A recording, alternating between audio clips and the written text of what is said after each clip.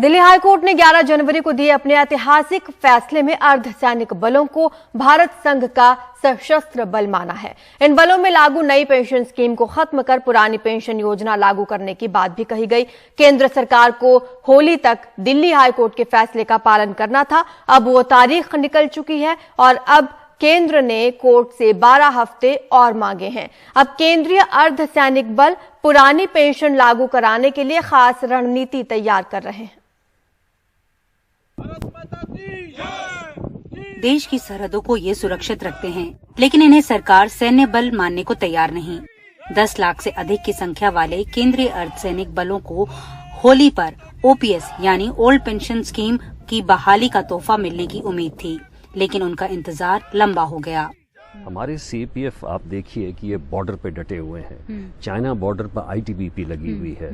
BSF जो है पाकिस्तान और इस बॉर्डर पे है। एसएसपी का अपना ये बॉर्डर है और इसलिए ऐसे में जब कठिन परिस्थितियों में आर्मी के साथ वो कंधा से कंधा मिलाकर लड़ रहे हैं, तो आई थिंक ये एक बहुत ही अच्छा आवश्यक तो था ही और सीएपीएफ की मांग भी थी और मैं समझता हूँ इसमें वाकई उत्साह सीएपीएफ का बहुत ज्यादा बढ़ जाएगा। बहुत ही अच्छा निर्णय।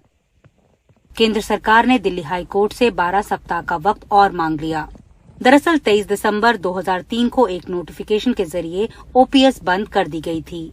हालांकि सीएपीएफ एक्ट के तहत सभी बलों को आर्म फोर्सेज ऑफ यूनियन का दर्जा दिया गया है। साथ ही संविधान में भी इसका जिक्र है। दिल्ली हाईकोर्ट ने और बाकी सारी हाईकोर्ट ने भी जजमेंट दी कि जहां पे 1/1/2004 से पहले किसी की एडवर्टाइजमेंट हुई है तो उनको वो benefit of old pension scheme मिलेगा। सरकार ने उसके अगेंस्ट एसएलपी फाइल करी थी और एसएलपी फाइल करके एसएलपी डिसमिस हो गई। अब सरकार ने 3 मार्च 2023 को एक नोटिफिकेशन निकाला है और उसमें ये साफ बोल दिया है कि अगर किसी की नोटिफिकेशन 31 दिसंबर 2003 से पहले एडवर्टाइजमेंट हुआ था तो वो पुरानी ओल्ड पेंशन स्कीम में ही कवर्ड होगा। आंकड़ों के मुताबिक अर्धसैनिक बलों में 10 लाख से ज्यादा जवान कार्यरत हैं। इसमें करीब 3.5 लाख ओपीएस यानी ओल्ड पेंशन स्कीम के तहत कवर होते हैं और बाकी न्यू पेंशन स्कीम के तहत। बॉर्डर सिक्योरिटी फोर्स जो सबसे बड़ा अर्धसैनिक बल है, उसमें 2.5 लाख जवान कार्यरत हैं, जिसमें से 1,35,000 न्यू पेंशन स्कीम के तहत आते हैं। इस साल इनके लिए 94 लाख करोड़ रुपए का बजट दिया गया है और इसमें करीब 15 से 20% पेंशन के लिए होता है। विपक्ष का कहना है कि सुरक्षा से जुड़े सैनिकों में भेदभाव नहीं किया जाना चाहिए। काफी समय से अर्धसैनिक बल पुरानी पेंशन योजना लागू कराने की मांग करते आ रहे हैं। कुर्सी पर आराम से बैठकर बोलना आसान है कि इससे लंबी या छोटी अवधि में फायदा होगा, लेकिन सच्चाई ये है कि जो देश की जनता चाहती है उसी के मुताबिक आपको फैसला लेना पड़ेगा।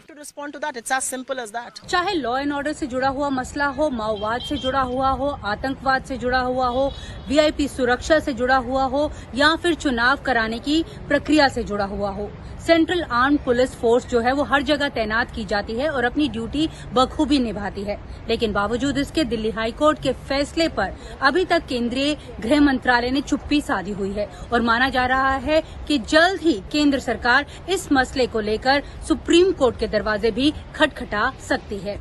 नई दिल्ली से नीता शर्मा, एनडीटीवी इंडिया के लिए।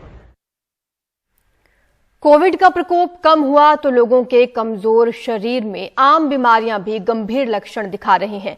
फ्लू वायरस इन्फ्लुएंजा का सब टाइप H3N2 मुंबई महाराष्ट्र में तेजी दिखा रहा है। राज्य में हुई 2 मौतों को इससे जोड़ा जा रहा है। मुंबई में कई बच्चे अभी भी वेंटिलेटर पर हैं।